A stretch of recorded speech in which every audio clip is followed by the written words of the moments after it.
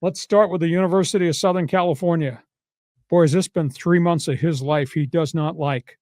We're talking about the top basketball recruit at USC, Elijah Arenas, gone for the year. Tore meniscus, off-season workout this week. This comes a couple of months after the horrific fiery auto accident that he got trapped in a Tesla, and it only took the courage of two men who broke the windows to drag him out. He was in a coma. He was hospitalized for an extended period of time. Elijah Arenas, he's the son of the longtime NBA player Gilbert Arenas, gone at USC for the entire season. Boy, that's bad. Second item, Team Canada. This was a real shocker. Oh, Canada, whoa, Canada. 5 hockey players from the 2018 Team Canada team, all these kids wound up in the NHL, had been accused of a gang rape by a 20-year-old woman who had gone drinking with the players, lured back to the players' hotel in London, Ontario, and got involved, had a relationship with one player that turned into group sex because he texted his teammates, come take part. The testimony before a jury was stopped because there was jury tampering. The judge dismissed the jury. The judge then held the trial, took on all the evidence herself, and made the final determination. At about 1 o'clock this afternoon, just before we started, all 5 players were found not guilty. The judge found that the 20-year-old woman's testimony was not reliable at all, that her story kept changing about how much alcohol she had, whether it was consensual sex, whether it was an outright rape.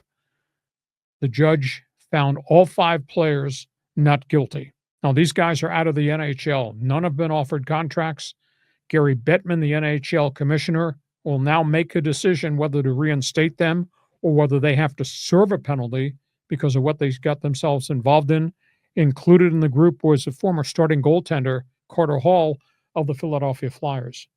Just a shocking story. I read a lot of the testimony. I mean, it was slimy, it was sleazy, it was steamy, it was just, you could say, guys being guys. Oh, yeah. But there's some responsibility there. But now, to me, it sets a really dangerous precedent in Canada, at least in the court system, about women who get sexually assaulted, and they see the outcome of this. The woman was the only one that was on the stand. It was like she was on trial for 9 days. None of the players who were involved in this alleged incident were called to testify in their defense. So I was absolutely shocked at the outcome of the story. So that's the latest in hockey. What's the third one there? That's NASCAR San Diego. Oh, we've been talking about this. This is so cool. NASCAR San Diego is coming here next June 19th, 20th, and 21st. NASCAR has taken the road race out of Chicago. It's transferred it here. It's going to be run on Coronado Island at the Coronado Navy Base. Nice. They're going to run it on the taxiways, on the roads around the base, and actually as part of the landing strip. They're going to construct a road course, and it's going to be 3 races. They're going to bring the Infinity Series, which is the young developmental series. They're going to run on Saturday. The trucks are coming. They're going to run on Saturday night, and then they're going to run the NASCAR series with all those drivers on Sunday afternoon. They signed a 3-year contract. Really? It's really going to be fascinating. Cool. You know, John and I had discussed, well, where the hell could we run this? Because I thought you got to have it along Harbor Way down by the airport because you can't stop commerce. You can't block all the streets around the airport. You can't do it there. I said, wouldn't it be kind of cool if they could have it up on the Coronado Bridge into Coronado? But again, you can't close the bridge for hours upon hours, for days upon days. That wouldn't work either. So they wound up putting it over in the Coronado Navy Base, which is going to be different. And so it'll be fun to see actually how the layout is, etc. NASCAR thinks they hit a button here by finding these unique street courses that just started to gravitate street courses now on top of everything else. So that's really going to be fun. British Open. Anybody watch Scott Scheffler last Sunday? Everybody did. Despite the time difference, 4.1 million viewers, up 21% Nice. for the finals in Northern Ireland as Scheffler won the Open.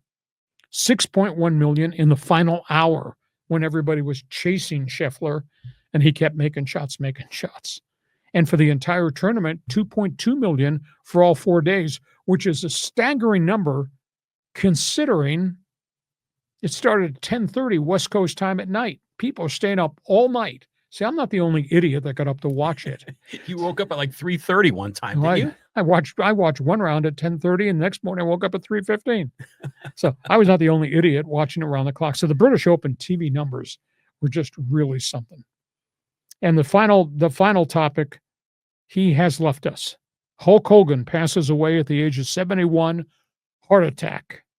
He was everything about WWE, WWF. I used to call it worldwide fraud. It became worldwide entertainment. Hulk Hogan passes away.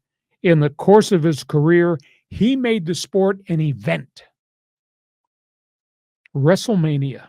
Oh, yeah. When that first popped into the scene, you'd sit in your dorm room at UCSD with the boys and drinking beer and watching WrestleMania. That was a big deal. Oh, it was a huge deal. You know, Randy Savage, Roddy Piper, The Rock, all the guys that he wrestled against. I mean, you talk about taking pop culture to a different dimension. So Hulk Hogan passes away in Florida. He had some health problems more recently. I firmly believe heart attacks and all that for these guys is a byproduct of steroids. But at the end of the day, man, what an impact on, I don't know if you call it sport or do you just call it entertainment? What did you call WrestleMania?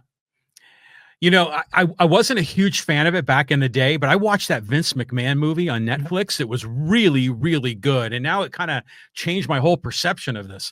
You know, Hulk Hogan, obviously, showman and built up the World Wrestling Federation, but in his personal life, he was a bit of a sleazy dude. Oh, you think? Yeah. Yeah. So, but got to rest in peace for the Hulkster. Yeah, the US Open, you're talking about TV ratings. British Open. Or did I say the U.S. Open again? I'm sorry. So the British Open, you're talking about TV ratings. Come on, mate, get your stuff together. Okay. Well, yeah, you need to explain this to me. Now, how do they track that? I mean, don't you have to be like in the Nielsen group and have one of those boxes on your TV where they measure how many people watch? Because I have never been selected for anything like that, and I don't know anyone that ever has. So I always wonder about these TV ratings. Must be. I have no knowledge of TV ratings. All I know is on my TV, and I watched it. I watched chunks of it for 4 days. Oh, it was great. I mean, it was must-see TV. And, yeah, you get to see a lot, normal PGA Sundays. There's a lot of guys you don't know. And then this one you did. Yeah, I love the whole NASCAR thing at San Diego. That's going to be great. A number of years ago, I attended a basketball game on one of the aircraft carriers. Sure. And it was Michigan State against Gonzaga. It was like 3-4 years ago. In the wind. It was, but it wasn't that windy. It was actually well controlled. But my point is that the guys at North Island know how to put on a show. They're accustomed to doing this sort of thing. So I have confidence it's going to be great. I'm not even going to talk about Team Canada. That's just a mess. But just real quick on USC, tough for Elijah Arenas. But I'm thinking about at USC is my guy, Chad Baker Mazzara's there. And I like him. It's amazing. I think he probably came to SC for a payday. So we're going to find out more about that squad. But, yeah, tough break for the Arenas kid. Boy, the Arenas kid has gone through so much in life from the terrible accident now to this terrible, terrible knee injury. So do you want to apologize to me for calling me a dumbass for getting up at 3 a.m. to watch the British Open? You want to do that right now? Or you just want to do it in private? No, but it was funny is because I think it was Saturday morning that weekend. I happened to wake up really early and I was thinking, I bet Hacksaw's watching golf. Hey, I should turn on golf too. And sure enough, because normally golf in the United States you don't get it till maybe 9 or 10 at the earliest. Yeah, it is so cool. British Open is such a unique event because of the aura and the history that goes back to 1850, but because of the landscape and the scenery and the courses and the people and the golfers losing their mind and losing golf balls. There was a hole. Rory McIlroy was in and out of hot water on the back nine. He shot off the tee and it wound up into this really deep rough. So they look and they find his ball, and he finds his ball and he hits it. And underneath his ball was somebody else's ball. Oh, I heard this story. Yeah. And they said, you did hit the right ball. And they looked at it and they said, yeah, that's my ball. They said, but there was another ball there. He didn't even see it. It was buried underneath his ball. God knows how long ago that ball got buried. I mean, exactly. but yeah, it was a great tournament. I mean, I just loved the whole coastline of Northern Ireland when they get those overhead shots, because you'd see it looks, I mean, the overhead shot looks nothing like an American golf course. No, because there's no straight fairway, nothing is smooth, nothing is flat. It's just like it's like playing golf in a war zone. It's links. That's what it is. Yeah, it's cool. And next thing on the horizon, US Open. Okay. And then Ryder Cup. The PGA marquee events are really special. I agree. Okay, this podcast brought to you by Dixieline Lumber and Home Centers, 9 locations to serve you in San Diego. You got projects, they've got ideas, they got materials. They can really help you. Just go to Dixieline.com, find out all the things they have to offer. We got a lot of people